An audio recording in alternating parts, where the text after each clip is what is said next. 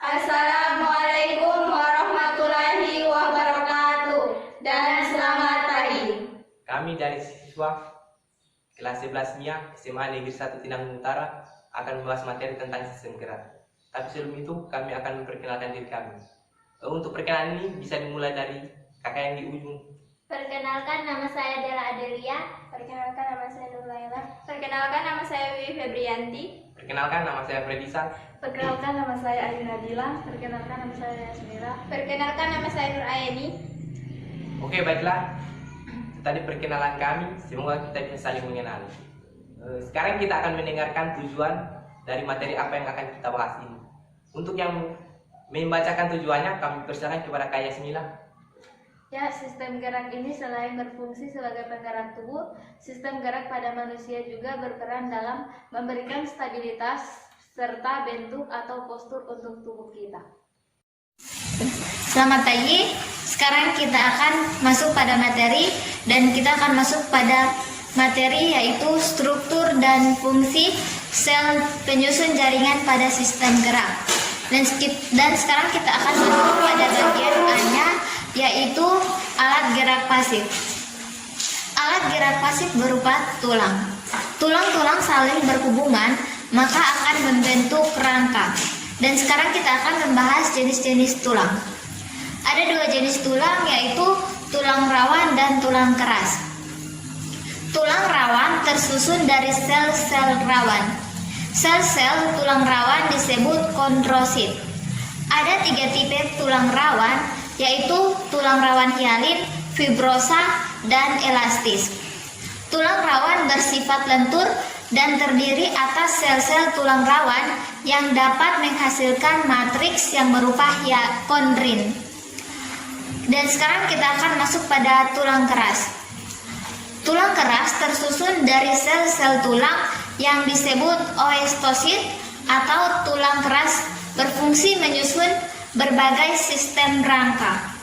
Tulang keras atau oestosit terbentuk dari oestoblas.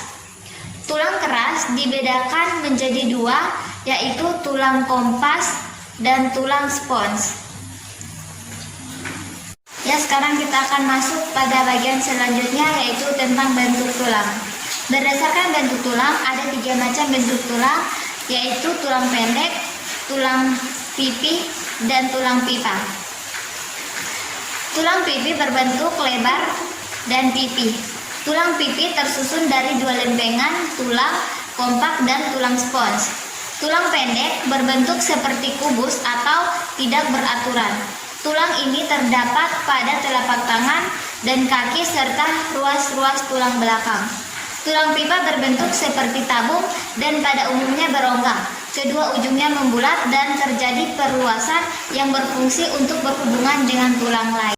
Melanjutkan materi tentang sistem gerak, kita masuk pada bagian yang ketiga, yaitu proses pembentukan tulang. Proses pembentukan tulang atau osifikasi adalah sebagai berikut.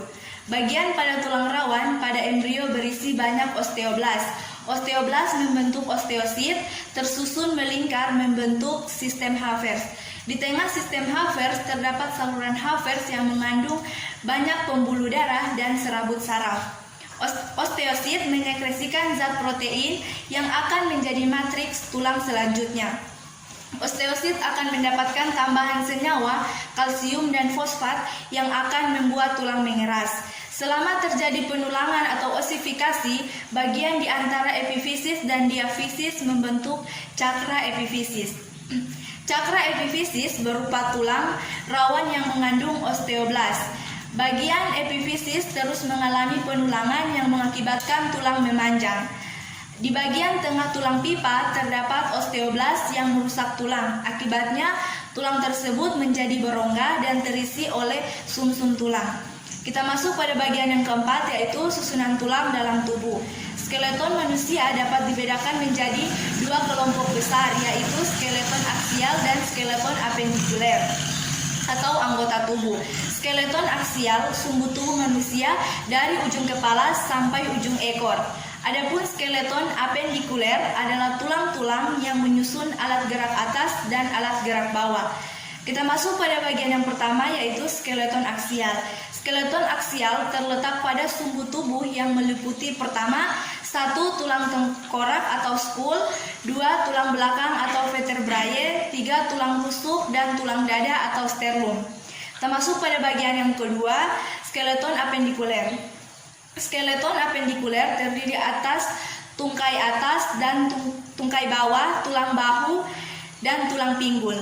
Tungkai atas terdiri atas tulang lengan, tulang hasta, tulang pengumpil, tulang pergelangan tangan, tulang telapak tangan, tulang jari tangan. Pangkal lengan berhubungan dengan tulang bahu, terdiri atas tulang selangka dan belikat. Pada tungkai bawah, tulang paha berhubungan dengan tulang gelang punggung. Tulang punggung terdiri atas tulang duduk, tulang usus, dan tulang kemaluan. Oke, sekarang kita masuk pada bagian yang kelima, hubungan antar tulang, persendian atau artikulasi.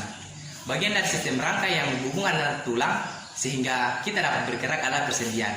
Berdasarkan keleluasan gerakan yang dihasilkan, persendian dibedakan menjadi sinartrosis dan amfiartrosis dan diartrosis. Sinartrosis atau sendi mati adalah persendian yang menghubungkan terjadinya pergerakan. Sinartrosis dibedakan menjadi dua macam, yaitu sinortrosis dan sinkondrosis. Sinortrosis adalah hubungan antara tulang yang dihubungkan dengan jaringan ikat serabut padat pada tengkorak. Sedangkan sinkondrosis adalah persendian oleh tulang rawan atau kartilago. Contohnya hubungan antara efisien dan diafisis pada tulang dewasa. Sekarang kita masuk pada bagian yang enam, fungsi rangka.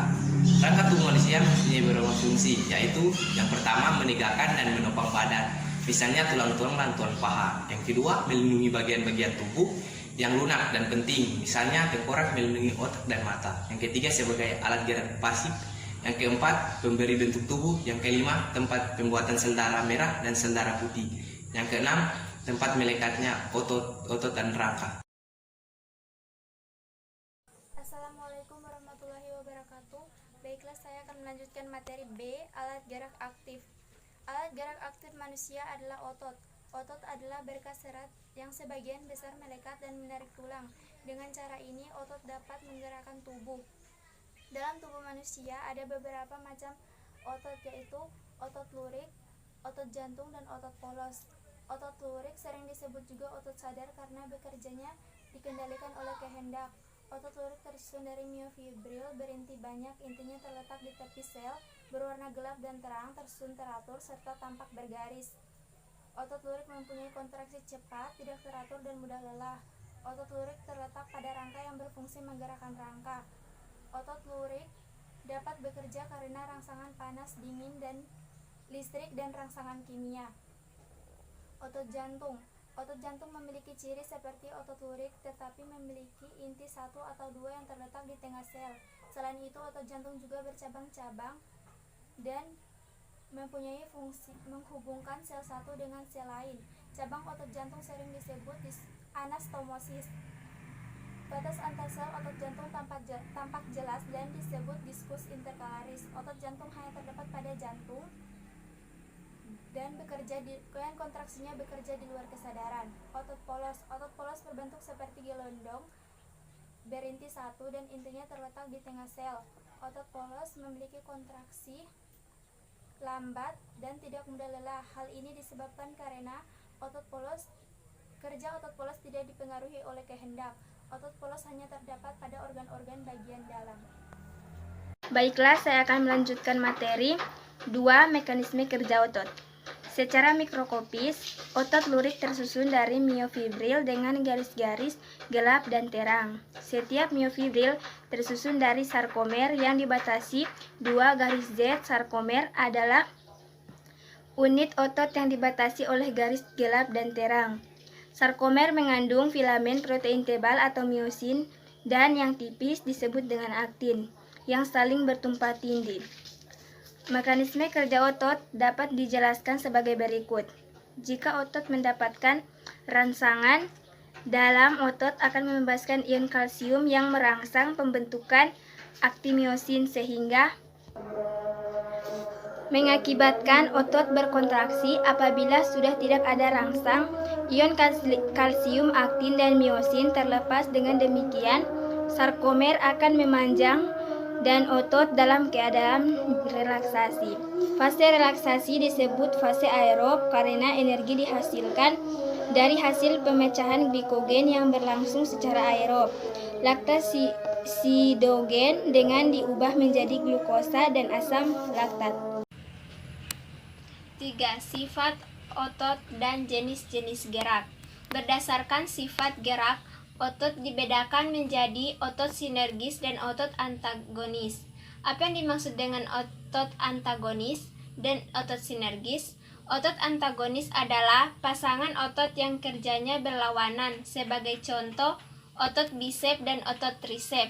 Sedangkan otot sinergis adalah pasangan otot yang bekerja sama dengan tujuan yang sama. Sebagai contoh, otot-otot antar tulang rusuk yang bekerja sama ketika menarik napas. Kerja otot antagonis akan menghasilkan jenis-jenis gerakan yang berlawanan. Jenis-jenis gerakan yang disebabkan oleh otot antagonis melalui uraian materi berikut.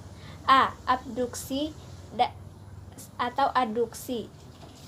Abduksi adalah gerakan menjauhi badan, sedangkan aduksi adalah gerakan mendekatkan badan. B. Depresi elevasi. Depresi adalah gerakan menurunkan, sedangkan elevasi adalah gerakan mengangkat. C. Supinasi dan pronasi. Supinasi adalah gerakan menelentangkan telapak tangan, sedangkan pronasi adalah gerakan menelungkupkan telapak tangan. D. Ekstensi dan fleksi. Ekstensi adalah gerak meluruskan, sedangkan fleksi adalah gerak membengkokkan. Baiklah, saya akan masuk materi bagian C, yaitu kelainan dan teknologi yang berhubungan dengan sistem gerak.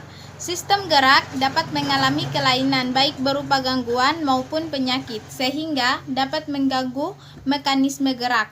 Kelainan atau gangguan yang berhubungan dengan otot antara lain tetanus, atrofi otot, kram atau kejang, hipertrofi otot, kram leher atau stiff, distrofi otot, dan hernia abdominal.